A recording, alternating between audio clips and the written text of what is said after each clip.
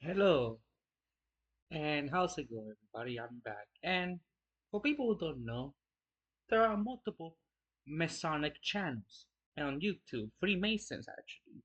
Beside beside the false conspiracy theories, legends, and just false misunderstandings of the Masonic Brotherhood, which is at the moment the oldest, largest, and the most powerful secret society that currently exists. Right? If Freemason was a religion, it would be depending how you know, count, organize like a status, will be either the 11th or the sixth largest religion in the world, right? How many people are in the Masonic organizations? Yes, the reason I talk about this because one of my favorite Freemason YouTube channels, they call New Ruins Zero Nine, and he had been absent for quite some time. Only recently came back doing more videos.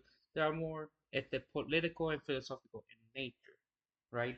Because in Freemason, you're not allowed to talk about religion or politics inside the lodge. You can do it outside the lodge, that's fine. Many Freemasons are political activists throughout history. Look at the founding fathers, look at Simón Bolívar, Ramón Emeterio Betances, Pedro Albizu Campos, María de Hostos, José Martín, este, and other similar figures in the Italian unification movement, etc. Right? There's been many who were politically active, and sometimes they use Masonic lodges and Masonic connection, to help them as they do their activities without being persecuted. Right? It was an early example of a, you know, like solidarity movement, an early example of labor unions, early example of there's a term I'm trying to look in English. I can't remember how to translate English. A welfare program as well. Like before the national welfare program that established by FDR, if you want your own welfare program, you have to go to secret society. Wasn't necessarily Freemason. It could be anything, but give you an idea. Now, from brother to brother, right? Recently I don't want to call him a fascist. I will not dare to call him that because I don't think that he believes that he's a fascist. But recently he did a couple of videos about political nature, and he has a program called panarchism or pananarchy, right? Which is a subset of national anarchism. And people who don't know what that is, despite the name anarchism, it's not anarchist. Just like how people think anarcho-capitalism is an anarchist philosophy, it is not. Murray Rothbard, the founder of the anarcho-capitalism, has admitted as such. He only to use the word anarchist and libertarianism and stole their word to twist the definition that is not what it is. Um, I think it's a big mistake. If you watch this video, how pan-anarchy works, they said that it's not really anarchist because we don't reject government. This is a misunderstanding of anarchism. Anarchism doesn't mean no government. It means non-hierarchical slash centralized authority. You can have an anarchist society with a government, right? Look at revolutionary Spain. Look at the Ukrainian free Tories. Look at Rojava with democratic federalism. Look at the Zapatistas, right? Example, they do have governments. The difference is that we abolish hierarchies and centralized authority. It has to be decentralized, non-hierarchical, and horizontal in nature. That's a one common misconception. And for people who don't know what national anarchism is, right? A good example used by Rational Wiki, which actually does a decent summary of what it is. And I'll quote verbatim from here on out and what I'm trying to say. National anarchism is a political movement that advocates replacing the state and capitalism with small-scale stateless society as the most effective means of ensuring racial separatism and other aims of fascism. Despite being anti-capitalist, they still promote some form of capitalism or form of feudalism, depending who you ask. Supporters claim that national anarchism is neither left nor right, but instead of syncretic movement that is beyond left and right. For example, third positionism, which many fascists use this, or fourth political theory, like Alexander Dongan used it. Despite being beyond those things, he is clearly fascist. Nevertheless, as national anarchism developed in post-war European fascism, most scholars consider it as a far-right movement. National anarchism has been met with hostility by actual anarchists. Este, what do they believe? Este, leading national anarchist and founder of the movement, Troy Southgate, has stated that national anarchists seek, and I quote, political, economic, and social decentralization right down to the smallest possible unit, end quote. National anarchists will replace the state with local autonomous village communities. In a national anarchist vision, these village communities will be run based on cooperative, not conflict, decision making will be communal. This will be wide ownership of the means of production. The economies of these community will be ecologically and economically sustainable. Natural anarchists believe that humans should live as quote unquote organically as possible, according to an ill-defined natural order.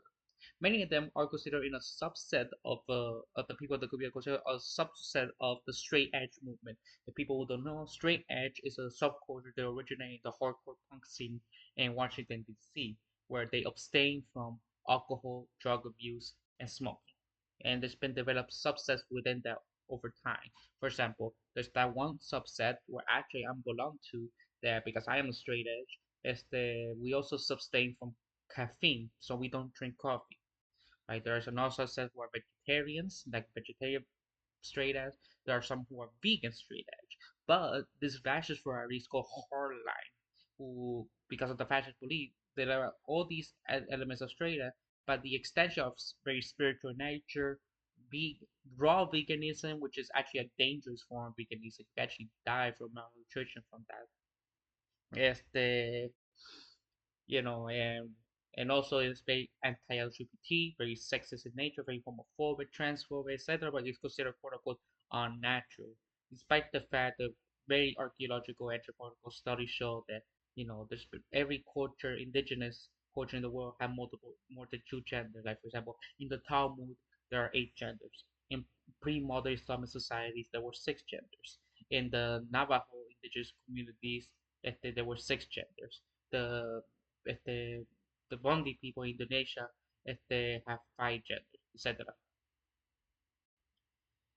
What I'm trying to say is their belief in natural living, quote unquote, underpins all natural anarchist thought. In their own conception, they are revolt against the modern world. The Industrial Revolution is one of the great catastrophes in human history. They believe it that put humanity on course of moral and environmental decline at odds with the idea of natural living due to urbanization it spawned. In natural anarchist literature, the superiority of rural over urban living always stressed, despite the fact that the first cities in the world, 5,000 a 5,000-year period before Mesopotamia was developed, were established by anarchism.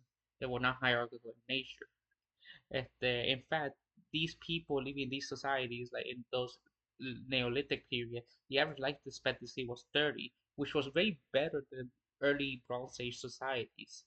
Este, Capitalism is seen as moving away from quote unquote natural order. This is because it spawned further industrialization. Due to the great urbanization and globalization, with these came gender egalitarianism, social homosexuality, and race mixing, all of which are seen as against natural living, quote unquote. Materialism, consumerism, and classism also thrive in this system. National anarchists do not look to Marxism for any sort of solution, in part because it spawned further industrialization and urbanization where it was put into practice. Instead, they look to stateless tribal society for answers, albeit with their own necessary modifications. Because, like I said, the archaeological and anthropological studies in academia, like mainstream consensus, is egalitarian human origin thesis. The humans and hunter are basically by default anarchist communism. And there are also peaceful societies where they're basically pacifist by nature. Not all of them, but there's a lot of them. There's an entire encyclopedia of that actually. While libertarian anarchists oppose hierarchy in principle, natural anarchists that he subscribes to do not. Soisauke had referred to egalitarianism as a myth. Quoting hierarchy is a basic fact of nature. It is argued that capitalism produced rulers who did not earn their place and result in sad leaders exploiting everyone else. In a natural anarchist society, proper leader will supposedly emerge, winning authority based on merit, which is the myth of meritocracy. and these will bring out the rest of the community instead of exploiting it. These leaders will be the most influential people in their society, but will not have any sort of vested authority. They will be more akin to big men or chiefs than kings or presidents. Thus, authority remains even as government is abolished. A critical aspect of the natural order the natural anarchists seek to revive is racial separatism. What they are essentially seeking is white separatism, because most of the people in the national anarchist communities are white. And like I said, because of the fascist origins of the idea, they tend to support white separatism and white supremacy. Though of course they claim not to be racist, Troy Southgate, he said that modernization has resulted in a situation where the white race is at risk of extinction, as much as the white rhino and the giant panda. He has described England as a multiracial hellhole, and that the entire concept of race is a product of modernization they claim to oppose is ignored. It cannot be stressed enough that preventing race mix is the most important goal of national anarchism, and racial separation is the first component of any natural order. This seems obvious enough to give it ideology's name, but some proponents have attempted to say that the national, the word natural for natural anarchism, simply refers to established nations of like-minded individuals. Yet the leading American national anarchist, Andrew Yeoman, had described national anarchism as a blueprint for ethnic survival. When asked what England would look like in 100 years, Troy Soike answered only with a dodgy analogy about adding more drops of black ink to clean water, results in becoming unclean and eventually not even water anymore. For natural anarchists, everything else advocated is of secondary importance, or merely a means to establish a white separatist end. Like many racists, natural anarchists argue that advocating racial separatism is not racism. They claim they are being unfairly picked on, given that it was a black anarchist who first started refusing to let whites into their meetings, but ignores why safe spaces were established in the first place, seems willful ignorance. Indeed, natural anarchists are fond of playing the victim card, and with Andrew Yeoman whining about intense persecution of the racialist beliefs. Anti-Semitism is a prominent feature of the movement, which is not surprising given its origins. Troy Sorke has promoted the work of the Holocaust Denier Institute for Historical Review, while other leading proponents have been explicit in their denial of the Holocaust. National anarchists blame the Jews for much of the world's problems, such as the recent financial crisis. This cloaked by claiming to be anti-Zionist. For example, the International Monetary Fund has been denounced as Zionist control. The national anarchists are merely continue the traditional fascist, thinking of blaming Jews for everything. Uh, and capitalism, communism, anything they don't like, blame the Jews. Simple as that. Cover has spilled on occasion though when Joyce Southgate described a no anti-Semitic forgery, the protocols of the Elders of Zion, as being in accord with the main events of history. They also regard it as a homophobic movement as well. National anarchists in the United States and elsewhere have participated in counter demonstrations and gay pride parades. Troy Southgate has stated that he pulled his own children out of public education in part due to the UK national curriculum teaching reading, writing, and buggery.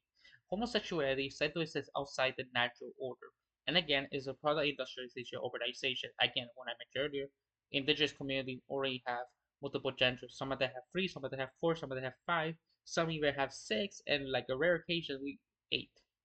Of course, this ignores the many instances of pre-industrial stateless society accepting homosexuality, and indeed an abundance of homosexuality in the animal kingdom. Like, for example, 80% of the global giraffe population engage in same-sex relationships. Why homosexuality is unnatural is never adequately explained. It appears to be just another example of natural anarchy using the cloak of nature to act at things they don't like. Unlike many other anti, examples of this philosophy, they believe the family is the basic unit of society. They think that men and women have different roles to play with the family and society at large, with of course men being head in both of these. They argue that traditional gender roles are quote unquote natural, and feminists encourage women to rebel against their inherent feminine instinct, despite, like I mentioned, actual hunter-gatherer society are egalitarian, and in many cases, women are in charge of many important positions. We even had entire studies about matriarchal society who tend to be more peaceful than the patriarchal society. Not always, but on average, it is more peaceful than the patriarchal counterpart. They are also anti-abortion in general. they debate on whether abortion should be permitted in certain circumstances. Like for example, like incest, for example, divorce is also held in contempt, as is artificial birth control. They usually counter the criticism that they are bigots and their ideology is inherently oppressive or authoritarian, or argue they're only describing the kind of separate, autonomous community would like to live in. People with more liberal values would be free and will form their own autonomous communities, they argue. The problem with this line of reasoning is that it only holds for a natural group to establish the kind of society natural anarchists envision. As new generation come in, some will be born homosexual or transgender and will have either to hide their identity or leave. Given the stress of the importance of family, the belief that men are its natural head, and the hostility to divorce, it cannot even be said for sure that women and young people will be free to leave for other society if they want to or felt they have to. The history of the national anarchist movement is since 1920. Today's movement associate, for example, with Troy Southgate, who is like the not the founder of the modern movement, but like by far the one who popularized it. After leaving the British National Front, a fascist organization, in 1989, South and it's also a neo-Nazi organization on top of that. Southgate was in the very first precision group. He concluded in the 1990s that anarchism was the most effective way to secure fundamental goals of the groups he previously involved with. Followers of this ideology began to appear at demonstration fairs in 1999, but received a hostile reception by anarchists, occasionally even being physically attacked. As Casey Sanchez of the Southern Poverty Law Center explained, and I quote, "Unifying anarchy has been linked to herding cats, but if there is one thing that most anarchists will rally around, it's that of stomping out racism, especially organized racism driven by white nationalist ideology." End quote. Natural anarchists who appear on the streets are still met with hostile reception. However, they utilize the internet to spread their ideas. This is despite their belief that the internet leads to general dependence of technology and that they hold acceptable. A broad national anarchist website was created, and in 2010, the National Anarchist Manifesto was uploaded to it. According to Britain, there are now adherents of the ideology in many other countries. There are active in the United States by the Bay Area National Anarchist Group and a few others. Adherents also appear in Russia, Australia, and Germany, which has become mixed with the environmental movement. National anarchists is also attempted to recruit people all over the political structure. Andrew Yeoman is posted that we have an ex-liberal, ex-neocon, we have Ron Paul supporters, we have skinheads, we have apolitical people. Yeah, you get the gist. The national anarchists adopted the aesthetic of far left and attempt to recruit members. They also adopt frequent white nationalist tactics of using music to draw young people into the movement. National anarchists had long regarded entryism as their best chance to give their ideas influence. They look back to the success of the militant tendency Egalitarian members elected to Liverpool City Council in the 1980s Labour Party candidates. National anarchist leaders had called upon followers to infiltrate fortified organizations, institutions, and political parties with the intention of gaining control of them for our own purpose. Southgate has argued that the groups that should be infiltrated are those with weak, apathetic, or elderly leadership. National anarchists entering these groups should be polite and courteous and quiet about the true politics. Only when trust is being established should be infiltrated by the more national anarchists in process continue until they can easily control the organization. Followers of the movement hopefully gain enough support that recruit a gaining control of the organization to create what is called the National Autonomous Zones, where the ideas can be put into practice. These zones could be separate from state economies. The examples will be ideally followed. Thus, by creating a counter society from below, the state will ultimately fall into irrelevance. Troy Southgate is probably among the inaccessible plethora ideological variants with Congo like empires from the abundance that industrial society creates. What he expects natural anarchism to be any different is possible. The movement has no popular support, cannot even demonstrate what being forced away. Indeed, very few people are even aware that such a thing as national anarchism exists. There's also an understanding that the state will not allow a national autonomous zone that succeed for exist for too long, unless you're fucking Elon Musk and doing their coup and trying to make their own techno states in Greenland and shit like that. Well, with that in mind, some national anarchists have suggested they must flee the West to establish their community, which is assuming given the inheritance particularly at anti-immigration rallies. National anarchism is going nowhere, but it's still worth discussing. This is because as Spencer Sunshine points out, it's essential to understand how fascists are changing their tactics and aesthetic to rebrand themselves. Natural anarchists offer a perfect example if they skew the further principle and the aesthetic more commonly associated with far left, while maintaining the core visions of fascism. This is the natural community rising fear like any other working in the ideology. I think the closest example we have a natural anarchist like website that it's like 4chan and 8chan, which is like a fucking cesspool of bigoted ideas with some good things, very few that came out like the visual novel the Shoujo, which is a dating game that focus about people with disability, which actually brings awareness of people who have certain disabilities. That's one of the rare cases that good thing happened came out of that. The problem with the new ruins video of hierarchy, he assumed that all these different types of society will peacefully and allow each society to do their own thing, right? If they without consequence. The problem is there are certain societies that is inherently oppressive, like for example, fascism and Nazism. It is inherently a colonial imperialist philosophy there they need to expand and conquer. You know, people who are inspired by Genghis Khan, they want to conquer, basically for the sake of conquering other lands.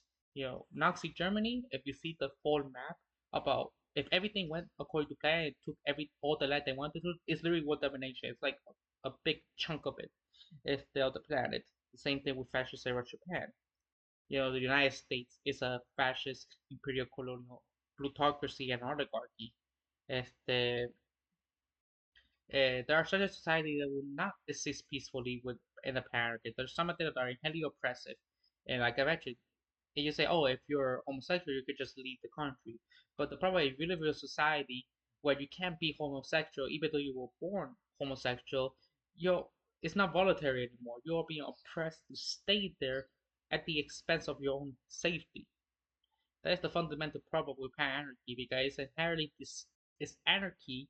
It's not even anarchy. It's a fascist using anarchist rhetoric. And that is the problem with anarchy and by extension national anarchism. It is a fascist philosophy that sadly this Freemason has subscribed to. I don't think he's a Freemason. I don't think he himself thinks he's a Freemason. But the philosophy he's being subscribed to, it has its origins in fascist and Nazi thinking. And he should learn the errors of his ways. I am sorry. If you really want to know what anarchy actually is in practice, look at the archaeological and anthropological evidence. In fact, you know what? If you somehow watch this video, made it this far, so I will put in the description like videos or articles or whatever I can find to show you how it actually looks like in practice of anarchism, actual like what it is. So thank you everybody who watched this video. Like, subscribe, share. I hope you see you next time.